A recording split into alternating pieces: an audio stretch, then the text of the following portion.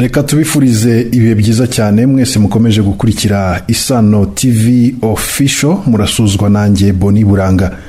Joseph Kabila wayoboye Repubulika Iharanira Demokarasi ya Kongo ari gukatirwa ibihano na leta y'Kinshasa ku buryo yakatiwe ibihano birimo indishyi za miliyari hafi 22 z'amadolari y'Amerika ku byaha ashinjwa ngo byaba byarakorewe mu burasirazuba bwa Repubulika Iharanira Demokarasi ya Kongo. Ikindi kandi harabasabye ko byakwemezwa ko Kabila ngo ari umunyarwanda. Reka tubigarukeho ikaze muri iki kiganiro. Reka duhere kuri ibi bivugwa yuko hari abasabye ko Kabila yemezwa ko ari umunyarwanda. Babikura he ko Kabila ari umukongomani kandi yayoboye icyo gihugu cya Kongo nk'umukongomani? Abanyamategeko bakorera mu kwaha k'ubutegetsi bwa Repubulika ya Demokarasi ya Kongo basabye urukiko rukuru rw'igisirikare cy'iki gihugu guhamya Joseph Kabila ibyaha ashinjwa ngo nk'umunyarwanda, bahamya ko ngo yitiriye Laurent Désiré Kabila wabaye perezida mbere ye. Uyu bikaba bizwi ko ari na se umubyara. Tariki 21 z'ukwezi kwa munani nibwo urubanza rwa Kabila rwongeye gusubukura. Abanyamategeko bavuga ko ngo Joseph Kabila yahoranye irindi zina kera, ngo yahoze yitwa Hippolyte Kanambe, kandi ko ngo yari umunyarwanda ngo wigiye amashuri muri Tanzania, ndetse ko yari afite n'ibikorwa ashinzwe mu ngabo z'u Rwanda, ngo ariko akaza kwihindura umunyekongo mu rwego rwo kugira ngo ayobore Kongo. Ibi byo kwita Kabila umunyarwanda bikunze gukoreshwa n'abashaka kumusiga icyasha ndetse no gukabiriza ngo berekane uruhare rw'u Rwanda muri politike ya Kongo. Ariko Joseph Kabila afite abakomoka, afite n'abavandimwe, ndetse afite nuko yabanye na se umubyara. Gusa aba bakomeza bavuga yuko ngo atitwa Kabila, ngo yitwa Hippolyte Kanambe. Ubwo no kwibaza niba Kanambe ari izina ry'ikinyarwanda.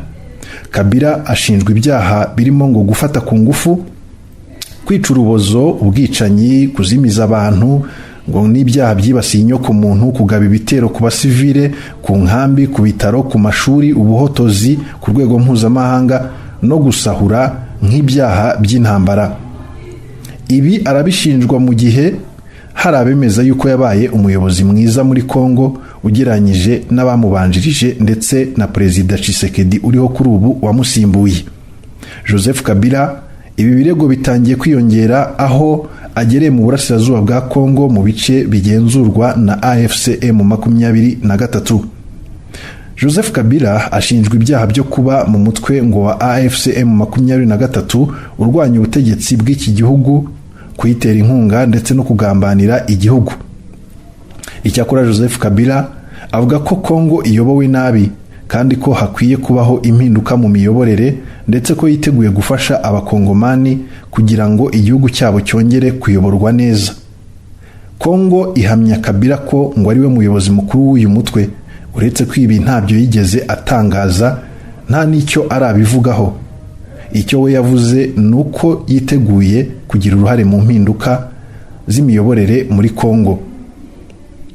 Abanyamategeko basobanura ko Kabila ngo adakwiye guhamwa n'icyaha cyo kugambanira igihugu, ngo kuko ngo ari icyaha gihamwa umunyagihugu, ariko we ngo akaba ari umunyamahanga.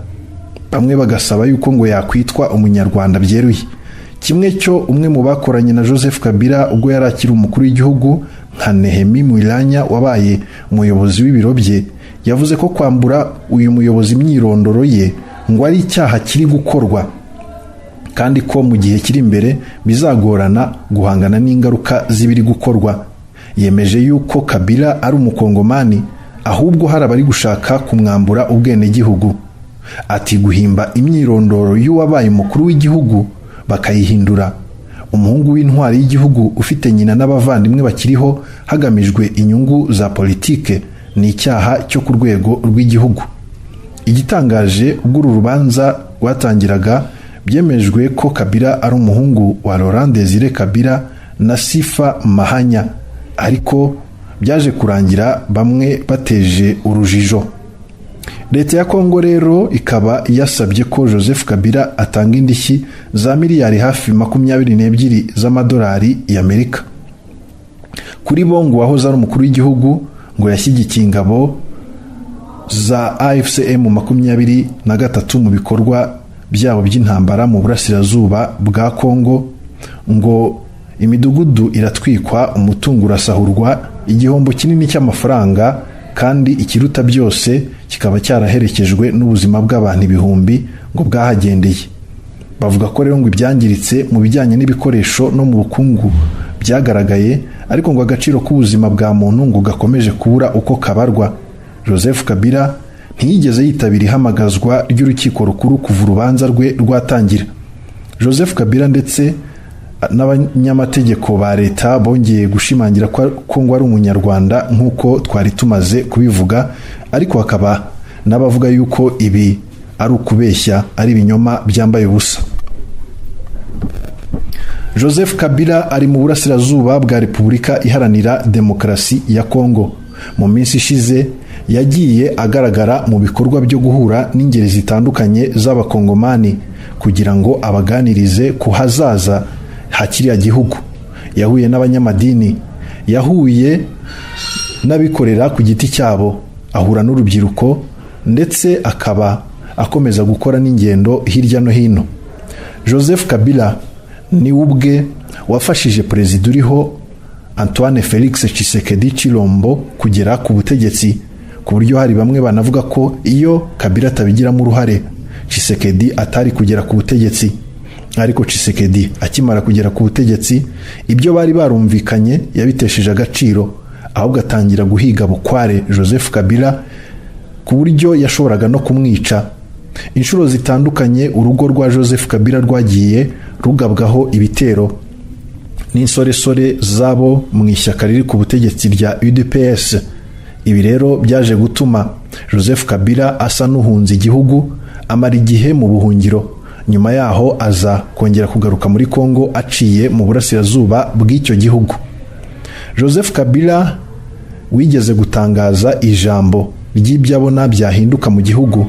Kuri ubu benshi biteze icyo ashobora kuzatangaza mu minsi iri imbere mu bijyanye n'urugamba rwo gukomeza kubohoza icyo gihugu benshi babona kiri kugana mu manga bitewe n'imiyoborere mibi ya Felix Tshisekedi. Naha ngiye gusoreza ikiganiro nari nabateguriye. Reka mbashimire cyane mwese mwari mugikurikiye. Abatarakora subscribe mwibuke kuyikora, abayikoze namwe ndabashimiye cyane.